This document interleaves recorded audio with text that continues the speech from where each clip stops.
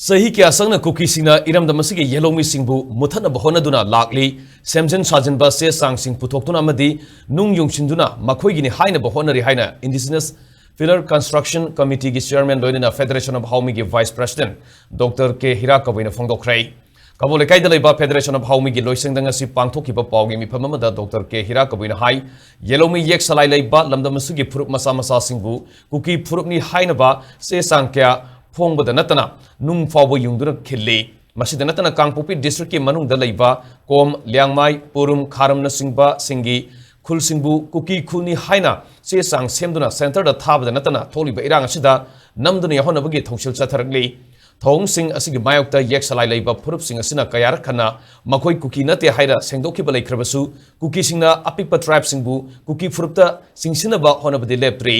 Mana makha taraduna yelomi furupu kanjanaba Federation of Haumina yelomi yeksalai leiba furup kunmunga gi ming hakpa Indigenous Pillar ama songbung Kabui khunjauna lampiduna yungnabagi thorang losilaklei thasigi kunmathoida pillar sigi akoibada u thabagi thormama pangthokani masida miyamna soruk yabiu Indigenous Pillar asina sahi sakaya iramda masigi yeksalai leiba furup singi saktam ama oiduna haurakliba mirolna khangmangam lagani haiki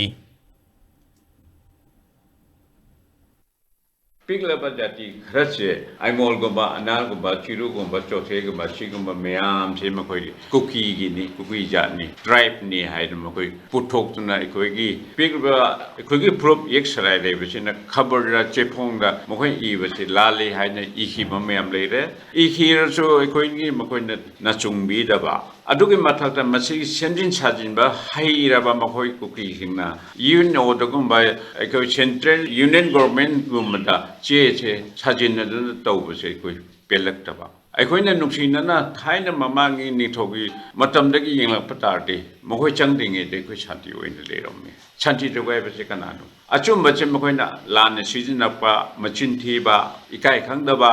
ikai khang dagi achum ba sajin ba asine koi miyamda langtang na ba ekoi isin na oi ba I mari amakhakta lakpa mayam se ekoi bu ngahole adune ekoi se lan dawri se ekoi mite te tawbnate ekoi halomi de tol pani haine ekoi ai hak chairman ama oiduna chema mayam se khangne bagi paw ama ai achep oina thamjeri